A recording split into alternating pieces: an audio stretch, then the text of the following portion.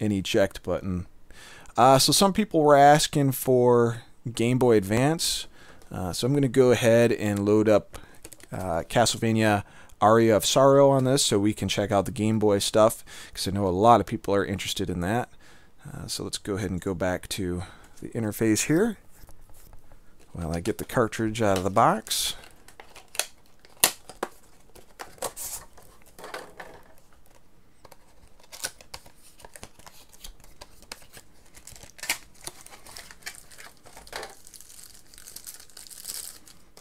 Okay, one other quick spiel here. On top of this unit, everything is covered, so dust can't get in here, right?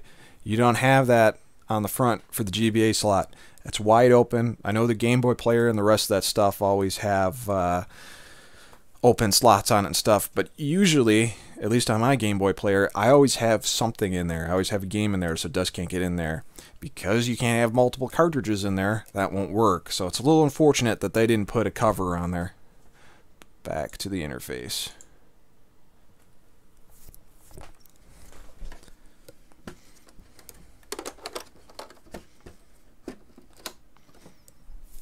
Another thing up, the game does go label up, not label down on the system.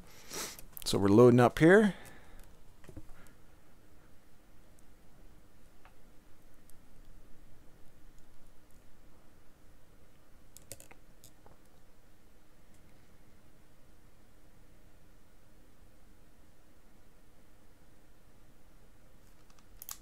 Okay, so this just automatically pulled the save data from the cartridge itself. So I guess we'll find out really quickly if any of the saves got kicked off of this. I actually picked up this copy of Midwest Gaming Classic, so I won't be sad if any of the saves disappear. Real quick, I don't remember if I stated this or not, but I did clean all the cartridges that I'm using for this demonstration.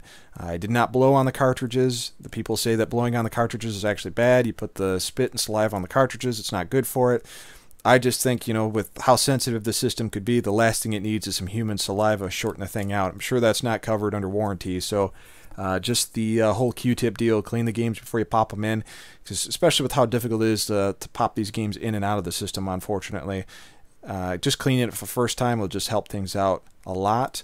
And the other thing is the cheat system with this will not work unless the system itself identifies the cartridge. And if you have a bad connection, it's going to play most likely, but it's not going to be able to pull up the cheat database once you actually get it loaded in there. So let's stop blabbing. Let's get into trying out the Game Boy Advance emulation. And real quick, let's turn off the filters here.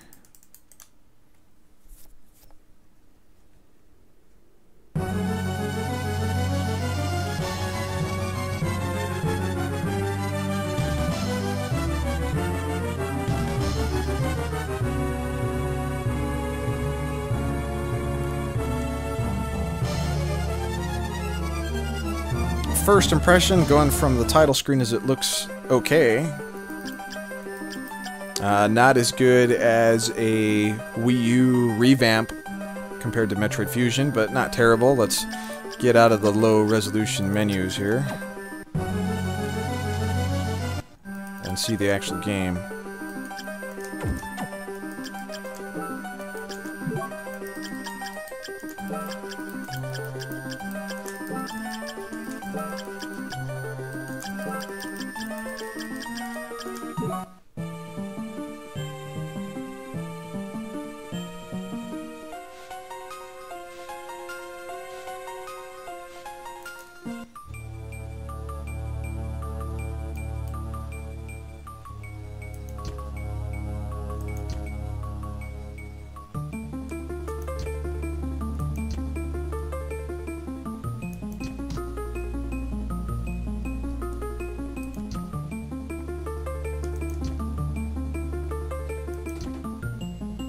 So first impressions, I say it looks decent, not great. Better than the Game Boy player for the GameCube, in my opinion at least, but I've only played that through a compositor S-Video connection, not the expensive component cables. I heard the US release of the Game Boy player was dwarfed anyway, so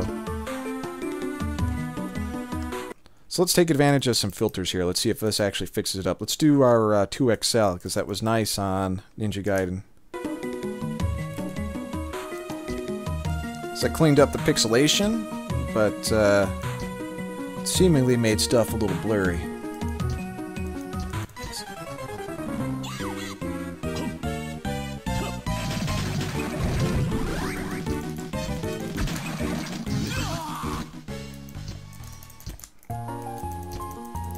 Blah, blah, blah.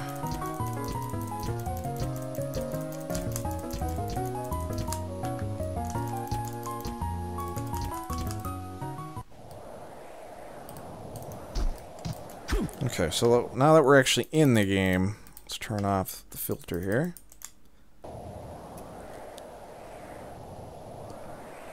So that is without the filters.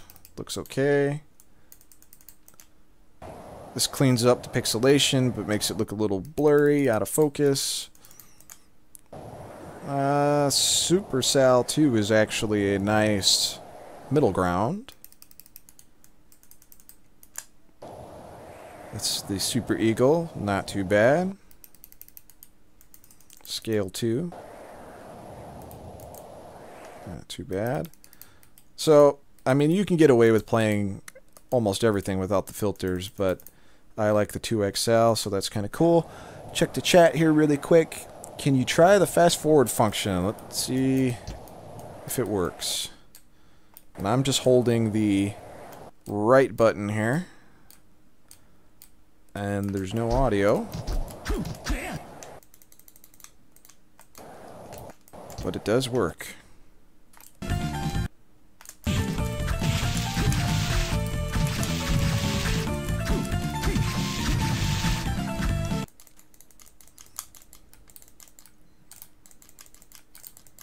I can definitely level up a lot quicker with this. It's so weird being able to do this from actual hardware, even though technically it is emulation, but still, cool functionality. Now my wonder is, and we'll have to maybe try this out later, or I'll write about it in the full review I do, is how do you use this functionality if you use an original controller? Can you use both controllers in unison, so you can use those special functions like screenshots, fast forward? I'm curious to see.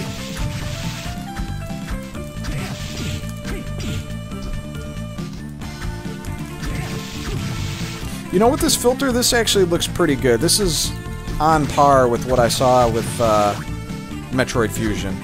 Now granted, I'm looking at it on a 42-inch television, not a 60-inch like I did on Metroid Fusion, but that looked good, and I had most of the filters off on that.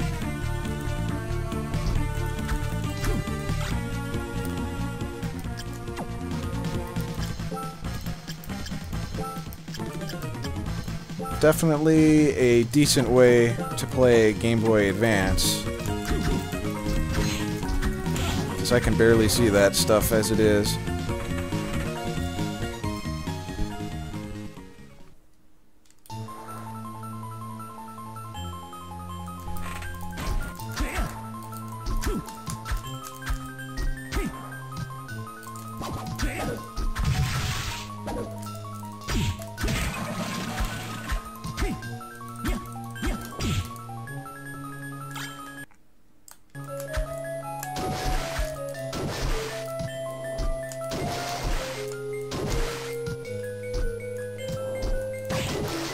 I don't know if it's just the control is better in this, but this isn't bad with the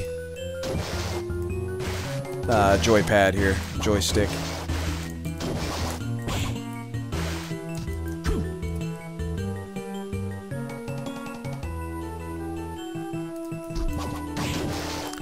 I'm pretty sure it does. And you know what? Just for giggles, because I do happen to have a SNES controller located nearby here. Let's plug this in and see what happens. So that's port 2. So port 1's on the left side for all your stuff, and port 2 is on the other side, which probably makes a lot of sense anyway, but just in case you guys wanted to know, that redundant detail. Okay, so I have the controller, SNES controller plugged in right now, and it's working. And let's see if I can, I'm holding the fast forward function, and I'm using the Super Nintendo controller at the same time. So, in theory, if you wanted to use a original Super Nintendo controller and you wanted the functionality of fast forward off a different controller, or if you wanted to be able to grab a screenshot really quick, but wanted to be able to use existing equipment, you can do so.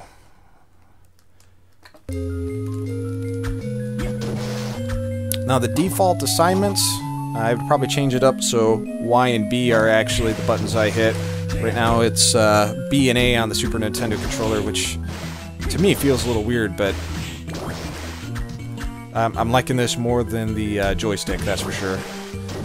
So, I mean, you could use the NES controller, of course. You could use probably a Genesis controller as well. You just gotta have enough inputs to do it, which NES controller really wouldn't work for this, because I think this does make use of the L and R buttons.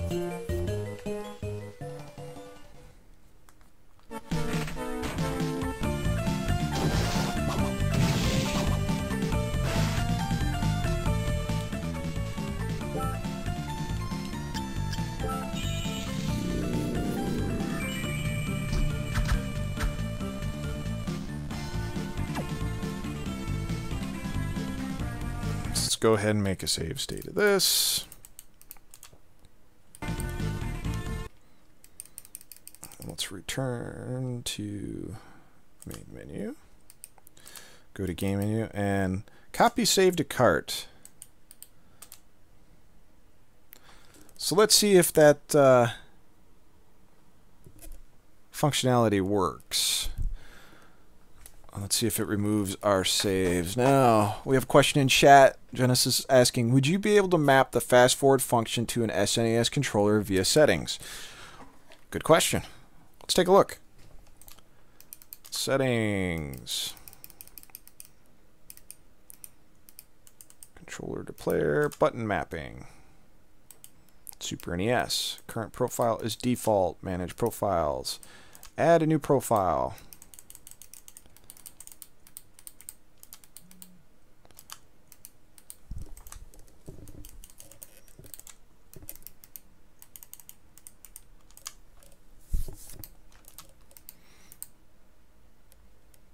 Doesn't look like it. Doesn't look like you can use those. Oh, well, maybe that's not true. No, it doesn't look like you can use that functionality to use the special features.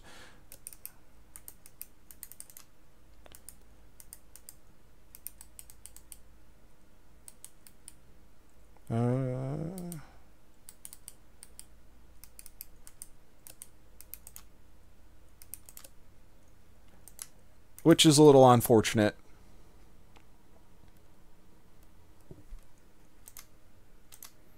But I guess to Hyperkin's defense, they want you to be able to use their controller for something. And I can see if you're playing a Super NES game, you know, you're going to want something alternate to hit, but it would be nice for other systems to be able to hit stuff. But here's the wonderful thing about this, guys, is it's an Android OS, and I'm sure if you guys hit Hyperkin and say, hey, we'd love to be able to use a function for like Game Boy Advance, for example, to be able to use the Super Nintendo controller and assign a shortcut to that controller, like a fast forward function to that controller rather than having to use the Hyperkin controller. And you never know, they may add that in a firmware update. That's the beautiful thing about it, is they're saying that they really want to support this thing. So that's something that they could potentially put in a firmware update. So if you got a suggestion, definitely send it to them. The worst they can say is no or nothing at all. But always worth a suggestion. And Gut Pocket asks, is the game running smooth? Yes, the game is running pretty awesome. I see no signs of slowdown. Unless the game itself has slowdown, which I'm sure it would probably emulate. I don't see any issues, which is excellent.